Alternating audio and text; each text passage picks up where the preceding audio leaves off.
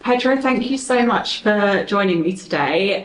So for everyone watching, Pedro was a leader at Checkout.com, has experience scaling teams from 0 to upwards of 30 people, and yeah, has a wealth of experience in the startup space and also your larger enterprises as well.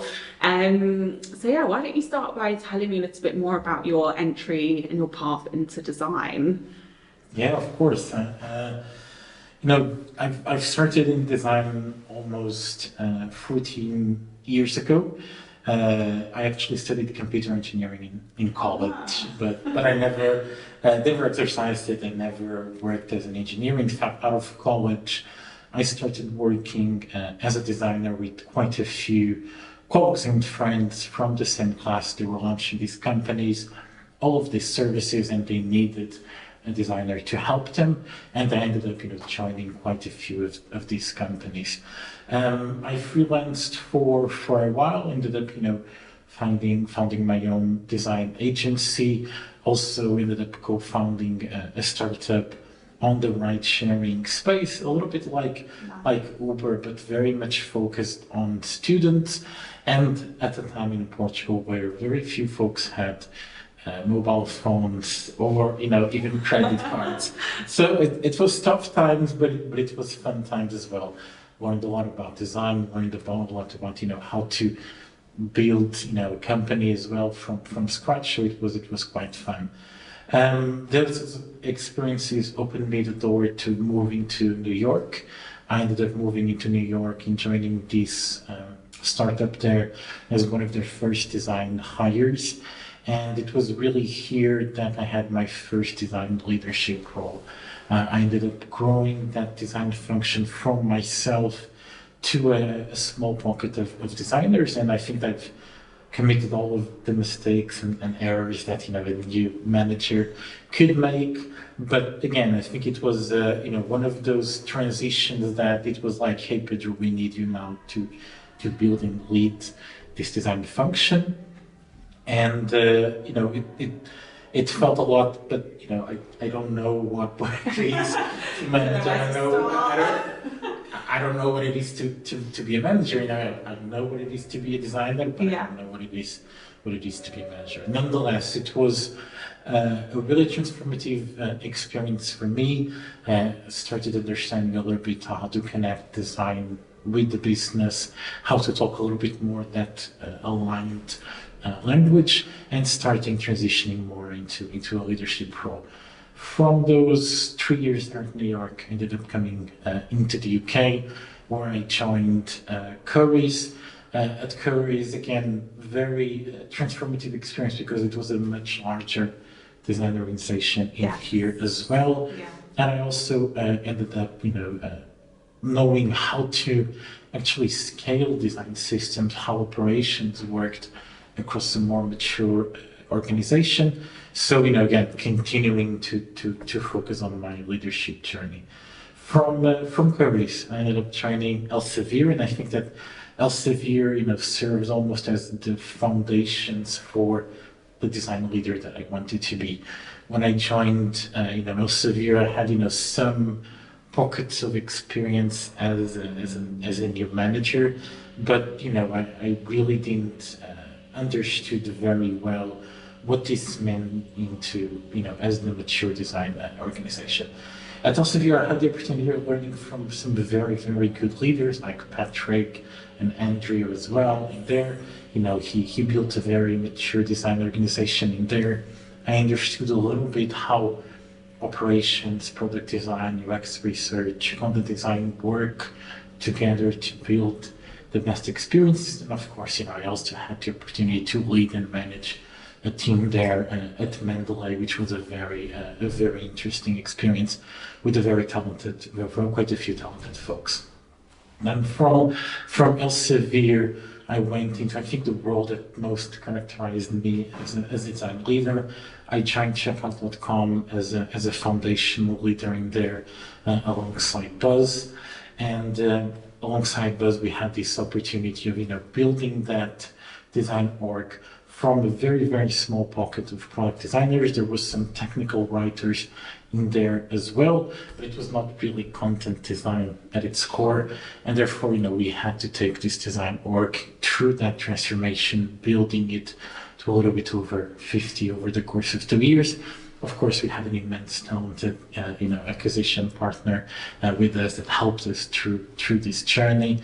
But again, it was a very transformative experience for me, because I went from being just a manager to a senior leader in an organization, understanding, how to contribute to establishing a vision, establishing a strategy across some of the most critical pillars for the business, and then acting on this vision in here.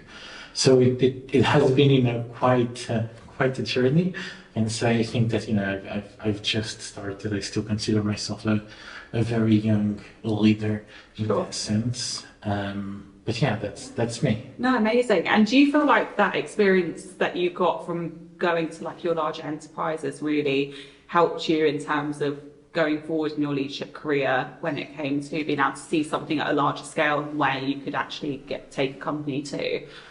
I think so. I think that the experience that I gained at Elsevier in particular, which was, an organization where the team was quite mature, it really helped me understand, how to almost, do the same model there at checkout.com. All of those experiences and learnings that I had in there, either from observing or the ones from my own experience, it really helped me frame how we wanted to build this org. For example, one of those decisions that we took is that, we wanted all of these disciplines that exist under the big design umbrella to actually be part of this leadership team. So the leadership team that we created at checkout.com from a design perspective included product design, UX research, content design, design systems, design operations. All of those are represented within this leadership team. Nice.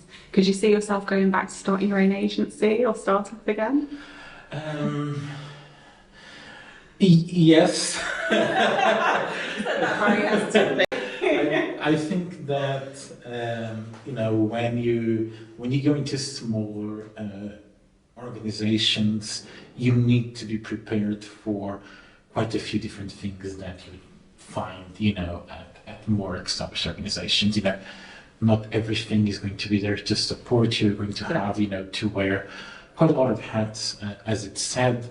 You're also going to, have to potentially, get your hands dirty, be very hands-on, whether it's because of necessity, whether it's because you need to set that quality bar. But, I think that because I had that first half of my career very much focused on earlier companies, I could probably see myself, going back into one of those roles, being part of, helping grow an organization, that's small into a scale-up. And tell me a little bit more about your experience in building design organizations from scratch. Well, I can talk about that now, but I didn't know. If you asked me this a few years ago, I would probably not know how to reply. I think that there's a few dimensions to this. The first one is definitely, meeting the immediate needs that a business has. There's delivery happening, there's products that need support, there's all these new experiences that need to be released, and you need to meet those needs. And probably at this time, your decision is going to be to bring, that talent as soon as possible to meet those needs. But then there's other dimensions, which is, you need to start thinking a little bit about, what do you want this design org to look like in 6 to 1 year? And therefore, there are some decisions that you need to consider. What's the seniority of the people that you're going to bring? What's the first disciplines that, you're going to give more emphasis? Because, you're not going to be able to hire product design, content design, UX research, operation, everything at the same time. It's not going to happen. It's definitely not going to happen. There's only so many interviews you can do a day if you want to, to actually do proper interviews. I remember at Checkout, sometimes we were doing 3 to 4 interviews a day.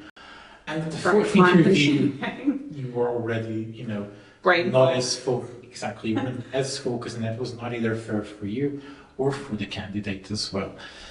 So there's a limit on how you can hire. I'm also not a believer on the hire fast, fire fast. I'm more of a believer on take your time and hire well. Make those decisions count. Therefore, when it comes, you're going to start thinking about seniorities. You're going to start thinking about disciplines. You're also going to start thinking about who are the folks you need to bring in order to start having some quick wins under your belt and start showing some of those outcomes to the business. And how have you personally raised the quality bar around craft? I think that, again, a little bit like the previous question, again, there's quite a few dimensions around craft. And of course, when it comes to craft, I consider craft from a visual and interaction perspective, and that's a very critical part. But I also consider part of the craft, gathering and applying the insights that you get, whether it's from work and feedback, doesn't really matter, but it's how you apply those insights. When it comes to raising the quality bar across the visual and interaction, it really comes down to yourself as a leader to set that standard, that quality bar for your team, and really position them in a way that they understand what great design looks like and feels like. You need to have that eye for detail. You need to be able to talk with your team about, the pixels, the paddings, the border radius, the colors. You need to be able to provide guidance and coaching on good layout, on good composition, on good architecture, so that they can truly understand.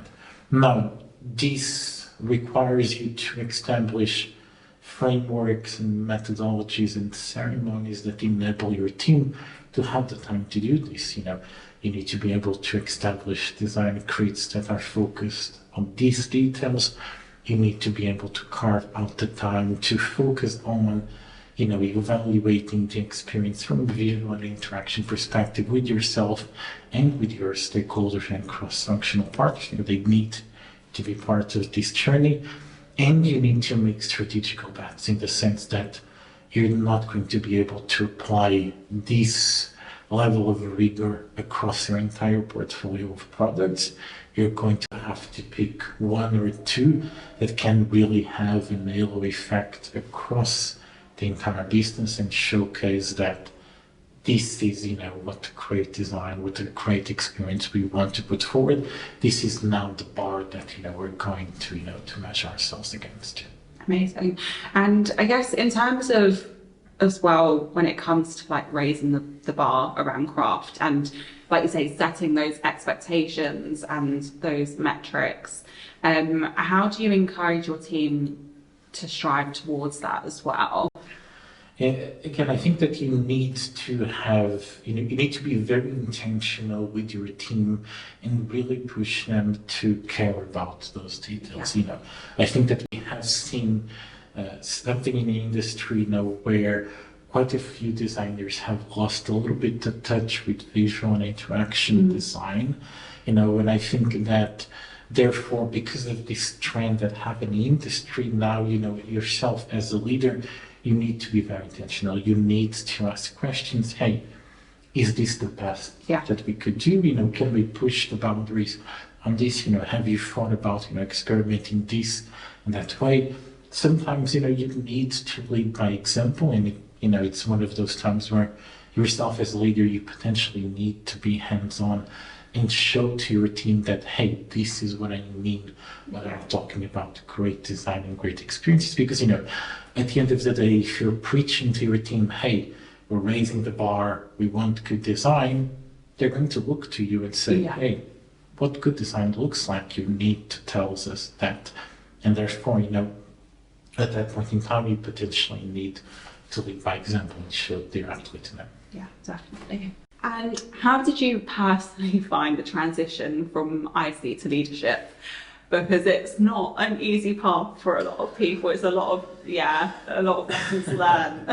No. absolutely not. I think, as I mentioned in the beginning, it was very much, hey Pedro, we need you now to lead the design function. We need you now to be manager. And I remember, I was with the phone, with a friend, and I remember, hey, I don't really know what it means to be a manager. I have never been a manager in my whole career. And I remember that I only came from very small organizations, and therefore, I was either wearing a lot of hats, but I was never a manager of anyone. And there was a lot of mistakes that I conducted, in the sense that, going from an IC to a manager, it took me quite a lot of time to understand that I was no longer measured for my own success. Yeah.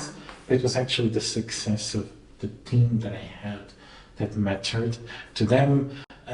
It took me a lot of time to understand that, investing in someone's growth is not just about promotions, and pushing them to continue in their careers, actually understanding what drives them, and understanding there's quite a few people that, they're not really looking to be promoted, they just want to do a great job, and therefore, you need to provide them with the right opportunities, with the right safe environment, and really, push them, to actually do great work than just pushing them for a promotion. Those were just some of the basic mistakes that I conducted as I started to become a manager. I think that that first manager role, I still continued to be a hands-on manager because the design function was very small, and there was a necessity in there. And I remember that I had some feelings at the beginning when I started to hire and bring in a few folks in where they were substantially better designers than me. And this became very like, hey, what's going to happen now that they're better designers? Where's my role? Exactly. Am I going to now be replaced by these folks that I hired? And again, it was because, I didn't have anyone to mentor me or, or anyone to actually guide me through this process. So again, it took me a while to understand that this was exactly what we needed. We needed to raise that quality part in there, and therefore we needed to bring better talent. And that my role now was not really about, pushing those pixels or building those experiences. My role was now about primarily the people that I was managing. Yeah, no, amazing.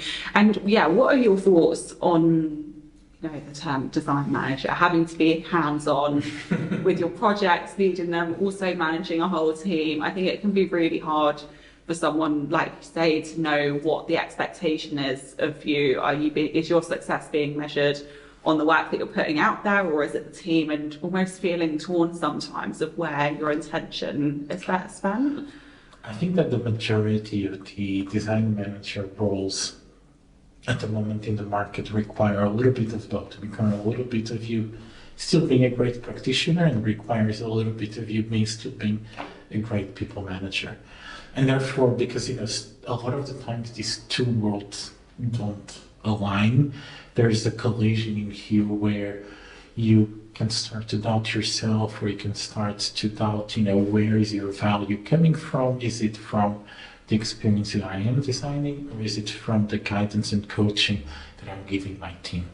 And I think that, there's also times where it's a role that can feel very ungrateful because, at the end of the day, you are a leader in the organization, but you're also a practitioner in the organization. And it can be very hard to distinguish what is actually your role, what's expected of you. And again, I think that it's because of this mix that sometimes you can start to make those mistakes that we mentioned. You can start to feel that imposter syndrome. Am I really doing my best when it comes to design? Because my team is probably doing a lot better work than me, or am I providing the best guidance to them, or I'm just micromanaging them to do what I'm doing and not really developing them? So you might start to feel a lot of this imposter syndrome. Nonetheless, I think that it's one of those roles that it's needed when an organization, surpasses a certain level, and you really need to have that, first and sometimes second layer of management in there. And I think that, it's up to those senior leaders to provide the right support and to provide the right role expectations on what these design managers are supposed to bring to the table and what should be their primary focus. Is their primary focus, on the work they are pushing forward, or is it the team that they are managing? Yeah. What advice would you give to people that are starting off in their leadership careers? I think that, the first one I would probably give is, don't chase the compliments that, or the good things that, sometimes is said, when you present a design, to a stakeholders, to your teams, sometimes, you get all of these compliments, hey, great design, great experience. When you move into a design leadership, sometimes you stop getting this a lot because now it's your team that it's pushing those forward. And, honestly, there's not a lot of people that come to you and say, hey, your team is doing great work. This doesn't really happen. And therefore, it can be hard to get that positive feedback and reinforcement, that positive reinforcement that you're actually doing a great job as a manager and that your job is to provide coaching and guidance to the team. And I think that the other advice that I would say is that it's very different to be a leader and it's very different to be a manager. Being a manager, it is a role that the company gives to you, and being a leader is something that you decide to be. You can be a manager and not a leader, and you're there to manage processes, you're there to manage outcomes, to manage outputs, to manage people, but at the end of the day, maybe you're not inspiring anyone to be better. Maybe you're not pushing the boundaries forward, and you can do those things even if you are not a manager. So when you step into these leadership roles, it's very important to keep these two worlds separated because they're not always aligned. And then on the very popular topic of getting design buy-in, how do you best speak the language of C-level and C-suite stakeholders to really get that buy-in? So for example, if you've got a CEO that doesn't necessarily understand design, how do you best communicate it to them to really understand the value that the team's bringing? I think at that point, when you're speaking with this level of stakeholders, you need to understand that you're going to be speaking a language that it's not design-related language. Sometimes, a stakeholder might come to you and say, hey, we're getting a lot of feedback from our sales team or our CX team that, our users or our clients are telling that, our experience is bad, it doesn't really look great, it looks old, it looks, outdated. And at this point in time, you need to start to interpret what they mean from that, and you need to take that in. When they say, hey, our experience is outdated, maybe you understand that you need to raise the quality of the experience. Maybe, you need to look at it from a visual or an interaction perspective, or, maybe you need to start rethinking about the value that this experience is bringing to them. But this is when, when your stakeholders are giving that feedback directly to you. When you are, presenting to stakeholders, the most important thing in here is to always take in mind that, they know more about their own business or about the business, that they manage than anyone else, They want to understand how their business is functioning, and they want to understand what impact is your role, not necessarily design, because it really doesn't matter where you're coming from, design or engineering or product. They want to understand what impact you're having on the business, the work at your team, what's the impact that they're having. Are they contributing to the metrics that they had set up? Are they contributing to the objectives that have been set up for that period of time? And therefore, when you are showcasing that work, it's very important to align and say, hey, this is the experience that we've built, and this experience contributes to the success of this metric. This experience is contributing the success of this objective, or this is falling short of this objective in here, rather than talking about, hey, this is a great color, this is a great composition. It's more about, hey, because we have revamped this experience from a craft perspective, we're getting a lot of all of this qual feedback from our clients, which is generating more sales, more leads, more revenue, etc. Nice.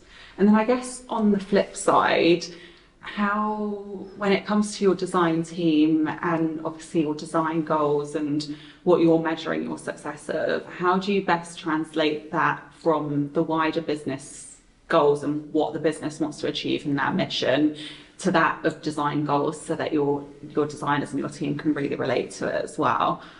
I think that it's one of those things that probably if you had asked me a few years ago, I'd probably have come up with quite a few UX metrics that we should measure.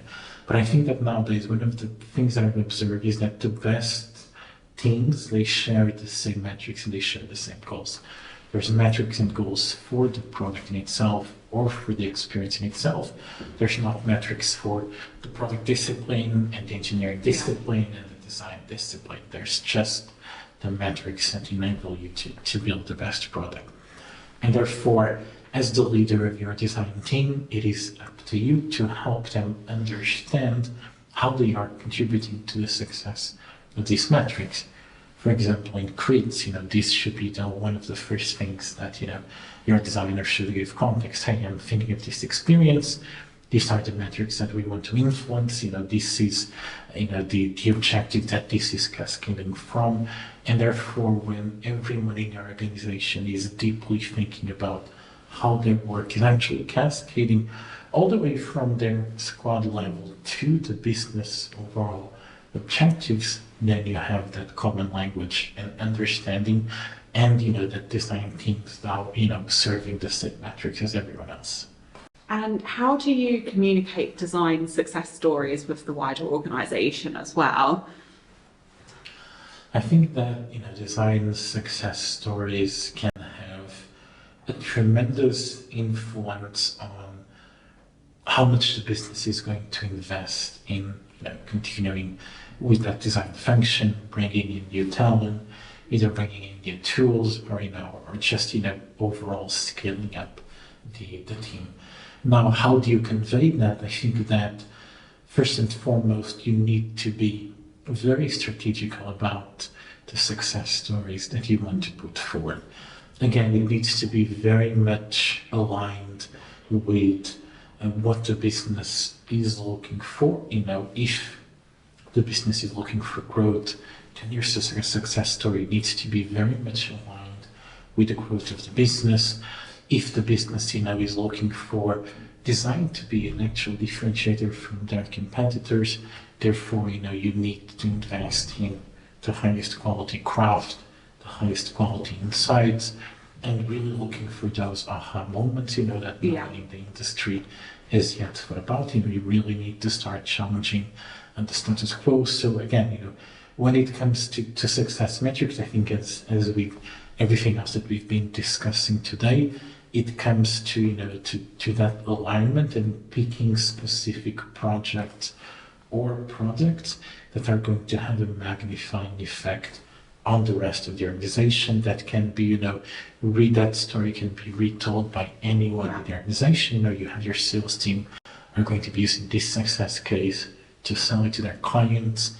The sales team is going to point that as innovation that it brings in the company. The design team is going to use that in order to attract talent. So therefore, it really needs to have that magnifying effect. Sure, mutually beneficial as well. Exactly. Yeah, and have you invited other teams into the design world and the design team to also shine a light on actually what you guys do and how it actually works behind the scenes a bit, someone that's not necessarily a hands-on designer? Yeah, I think that where this collaboration shines the most is within the insights world. Because I think that, as designers, we almost think that, we are the only ones generating insights, we're the only ones generating research. And while this might be true in small organizations, this is necessarily not true in larger orgs. You're going to have sales team, but it's going to have quite a lot of direct contact with prospects and current clients. They're going to get quite a lot of feedback from those clients and quite a lot of insights, and those are going to be critical for you to determine your strategy. You're going to have, quite a lot of folks on product marketing as well. They understand very much how to generate leads, and are going to get a lot of insights from there. And of course, your CX team. They are the ones, talking with your users when things go wrong, when everything is on fire, and you're going to get some real gems coming from there. So therefore, a very big way of, bringing all of these teams together is really to create almost an insights hub that brings all of these different disciplines together and starts to create this insights repository that is shared knowledge and that everyone in the organization can use to draft those strategies. We still don't see a lot of UX writing teams in organizations. Why do you think that is, and do you see that trend ever changing? I am hopeful that we will see that trend changing. I think that the reason why we don't see a lot of UX writing or a lot of content design is because there is a maturity level needed for organizations to understand the value that they bring. Yeah. Not just from the business itself, but from a lot of design organizations as well. They need to understand the maturity. They need to mature to understand the impact that these disciplines bring. I think that a lot of the small organizations, they're so focused on delivery and getting the next thing out that there really isn't their time almost to understand how a content designer or a UX writer can partner with a product designer to build the best experiences. I think that the industry is still lacking a lot in understanding, how a content designer, has different methodologies and different ways to look at an experience, because, at the end of the day, if you were to strip all the interface elements from your experience, you only have the content in there, the product should still be fully functional if you had the right architecture behind it. But so I think that it's definitely a maturity problem in here that the industry needs to go. But I think, there's an upwards trend, There's quite a lot of, some of the larger design organizations, they have established content design teams. It was one of the main things that we did at Checkout was to build a content design team, and we brought in, a very talented content design leader that was able to go beyond just content design and really contribute across, the full spectrum of the design as a discipline. And knowing the benefit that it has now, if you were to start from the beginning and be scaling a team from scratch, at what point do you think that would you bring that function in? I think that, again, it really depends on what the business or what you need to achieve right away. If, let's say in an ideal world, I would probably start building those two disciplines together. As I'm bringing a product designer, I would be bringing content designers that would partner with these product designers. Probably not at the same scale, if I can be honest, probably bringing more product designers than content designers. I think, content design, just much like UX research, is one of those disciplines that will always be smaller than product design. So therefore, there would need to be a scaling problem here to solve, how many content designers per product designer you would bring. But again, it would be one of those things where I would start to build them together. What's your thoughts on design operations, and have you had experience embedding them within your teams personally, and the benefits you've probably seen from it? So yes, I've had experiences, in embedding design operations, and I've seen the benefit that those bring to an organization. I think that, for example, at Elsevier, while it was a very mature design organization, one of the things I think that we lacked a little bit was operations or program management from a design perspective. And I think that, that would potentially would have helped, in building, a cohesive design system, in aligning the processes, aligning the language across all the designers, because, particularly in Elsevier, there was quite so many disparate products that these operations were very much needed. So when I went to check out, I think that, myself and Baz, we sat down and we were very much aligned on this, that, one of the first folks that we need to bring is someone on design operations to help us not only scale the team, but start laying down the right tools that we're going to use, start laying down, the right processes, whether it's to speak with merchants or whether it's to, align with our cross-functional partners, building the right frameworks for us to present and share the experiences that we had with the team, and of course, help us in the process of scaling the organization. What's our headcount? Who do we need to bring?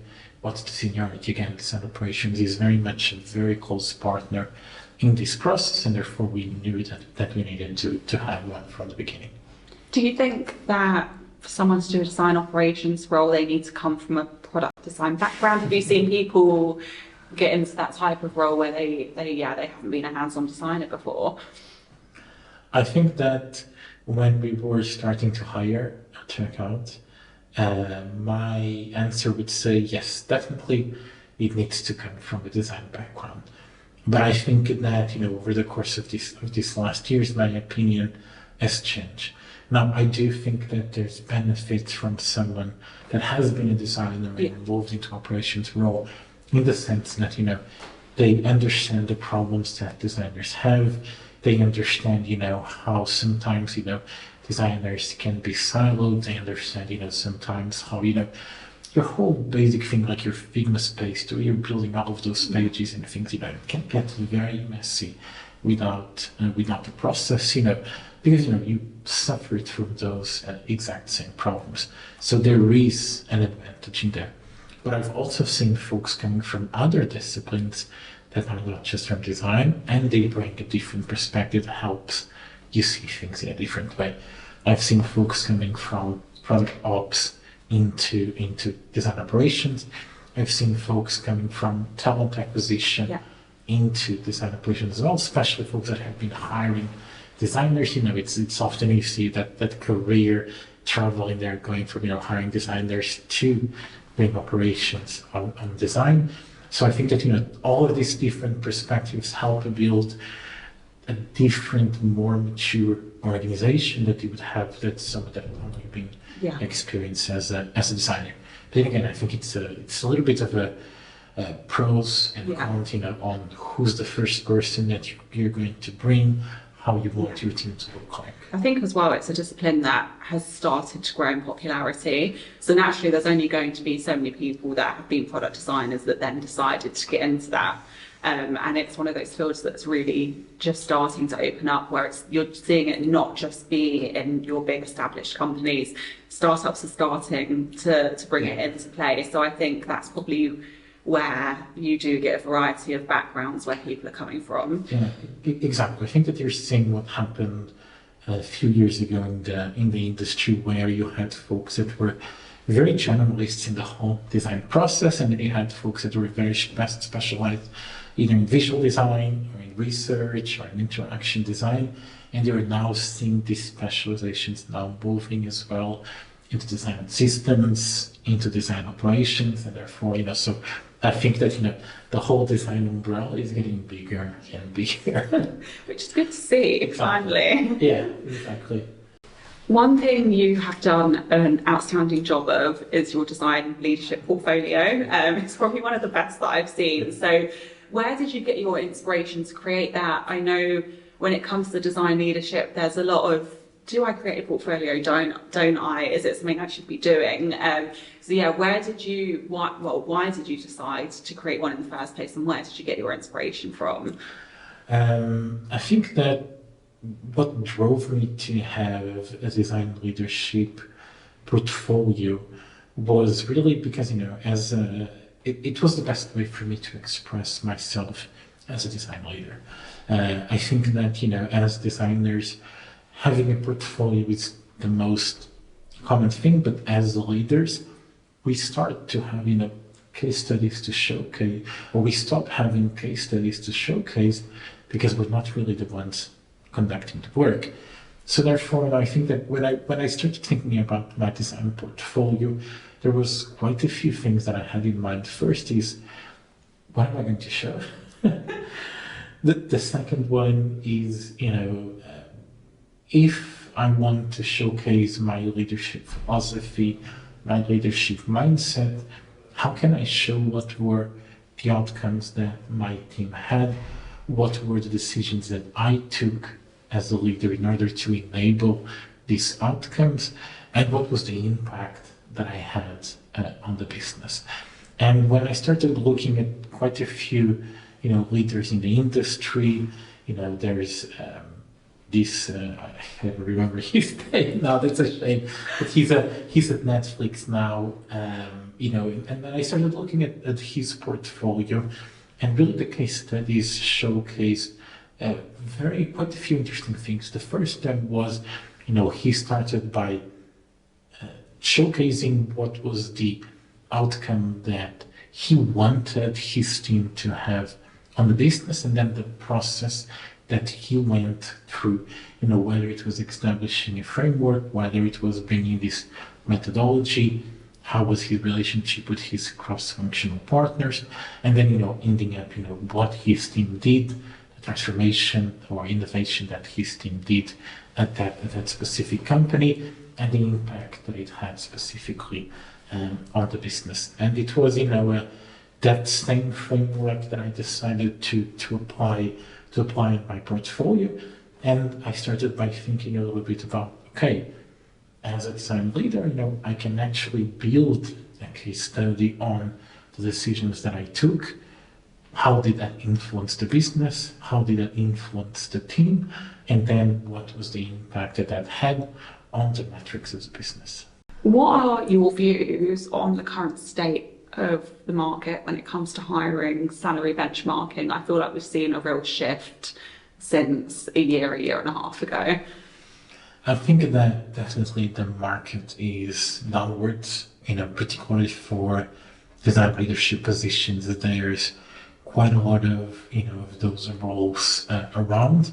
And I think that the ones that you have, they're either very, very senior roles where, they're looking for a design leader to really take a team through a transformation, or they are player coach roles, in the sense that you're looking for a design leader that is more there to guide and coach the team and still, have a certain level of hands-on practitioner and showcasing that quality through there. So I think that, definitely the market is a little bit downwards, but I also think the market is correcting itself a little bit.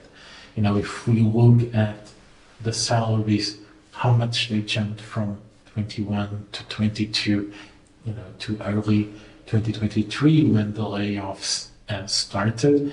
It's now, that hiring spree that happened due to pandemic and then really, dictated all of these higher salaries. I think that the market is correcting itself. Now, I think that, for folks that, that are looking for a role now, I think that or for folks that, are not happy where they are, the thing to remember is that, it's very cyclical what happens in here. It happens at the .com where designers really suffered a lot. It happened at the 2008, 2010 crisis, where again, designers, quite suffered from that environment. And I think that we went through a very, very good period. The pandemic happened. It was, very great days for designers in the sense, everyone was hiring, everyone was building bigger design organizations. And now we're going again through that correction. Now, I do think that, it will definitely stabilize and we might see some growth in 2024. At least that's what I'm looking, and from the people that I'm talking with. Yeah, definitely. I think you hit the nail on the head. COVID happened. There was insane amount of investment, Silicon Valley, loads of others, and what it led to, we were seeing people move for 30-40% increases on their salaries. And I think what had happened is design stagnated in the sense of people weren't getting those 10-20% increases year on year or whenever they decided to move. And then all of a sudden it was this big jump. And now what we're seeing is people having to accept that they're not going to achieve that salary, or they're not going to be able to move for 20% more again. And it's people really have to reflect on, okay, what do I need to do? Do I need to stay put and wait for the market to get better? Or do I have to accept that I'm going to have to move on to achieve my goals that I want to achieve, but accept that the salary that I'm going to be moving for might be flat? And some people are even taking drops in salaries depending on what they're looking for. Yeah, exactly. I completely agree. I think that if you're looking for a role now, then you need to be prepared to, potentially take a lower salary than either what you were or what you were expecting. Definitely what you were expecting. I don't think that, your expectations are really going to match with what the market currently offers. And what have been your biggest challenges when recruiting a design team over your career? I appreciate it can change so much depending on the market, the company you're in. But what would be like your top couple of struggles that you've had and how you've come around those as well? I think the first biggest challenge was location. Hiring, or being stuck with hiring designers in one single area, particularly in markets where everyone was hiring. Yes. We're talking about, UK, SF, New York, Berlin, all of these cities where the design maturity was very high and everyone was hiring in there. It was very, very hard. That was the biggest challenge. It was that competition for talent on specific locations. You would go up to the whole market very, very, very fast. If you were bringing 20 folks, you're definitely going to, to go through a few hundred in order to get those 20 very, very fast. The second biggest challenge, which today you probably wouldn't find because of the market conditions, but I think that, when I was hiring a few years ago, it was very noticeable, was that war for talent in the sense of salaries. And I think that, companies with bigger pockets, always attracted better talent. And therefore, the companies that didn't have these bigger pockets, they really needed to differentiate themselves, whether it was through the quality and the output of their teams, and you could really see, companies like, Intercom and Stripe and so on, which still had great salaries, but, maybe they weren't on par with those FAANG companies. They were really using those as a differentiator to attract companies. And I think that, the third challenge in here, I think it's how the UX industry has evolved a lot.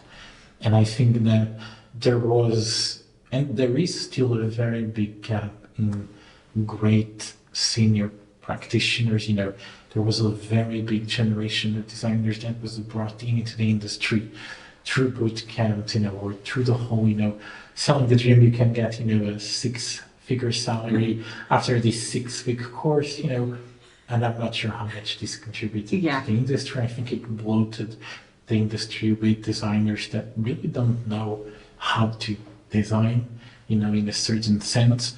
And therefore, it was very hard sometimes to find those gems in such a big crowd. Yeah, definitely. I think hit the nail on the head. When competition is high, you've got to think about how you can differentiate yourself from these other companies. We've done a lot of work with my clients where we create Figma pages, and it's very much about the design team, the culture that you fostered, the people that you're going to be joining, the funding rounds you've been through, everything that someone would want to know as a designer compared to what you would just get on your generic job description as stuff that we mentioned. And I think as well, what happened is at a time, salary was based on location. So you'd have these really good design hubs in like Manchester, for example, and companies started to tap into them because they were like, we can offer these people double the salaries they're getting because we don't have to offer based on location, and we can give an equal salary to everyone regardless of what that looked like. Now that's not so much a thing because every company is pretty much doing it, but that was a way that we saw people as well being able to tap into the market.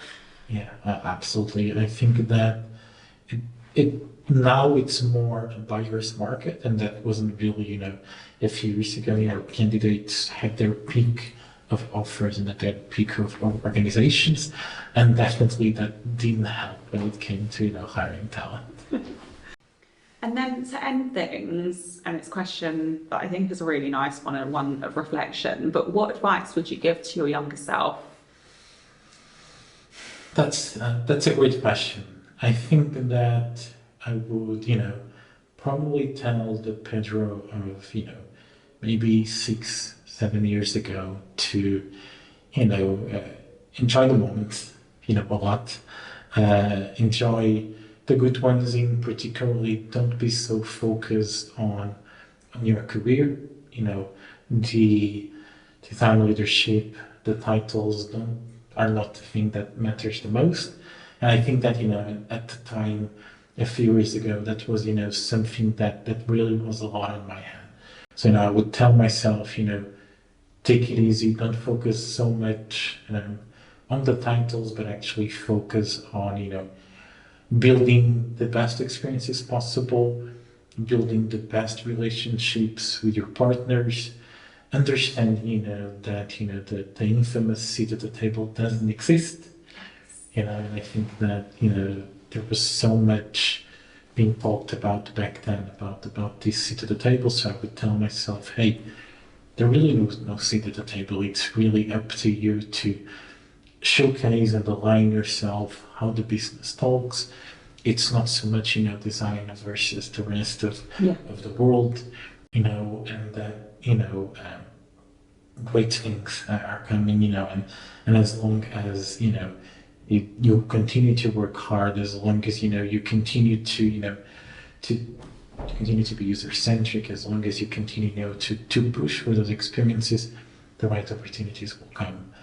I think that I would also probably, tell myself to take more risks. Yeah, it's an important one. To take more risks, give chances to those companies that are still growing. Don't look so much for the status quo, but look to challenge it a little bit more, because that's really those companies where design is really evolving as a craft and as a discipline. So yeah, I think that would be the advice I would give to myself. Enjoy the good and bad moments. Don't focus so much on the titles, and take more risks. Amazing. Thank you so much for joining me, Pedro. Thank you. It was a pleasure. Thank you so much for watching. For the full episode, please check out our YouTube channel.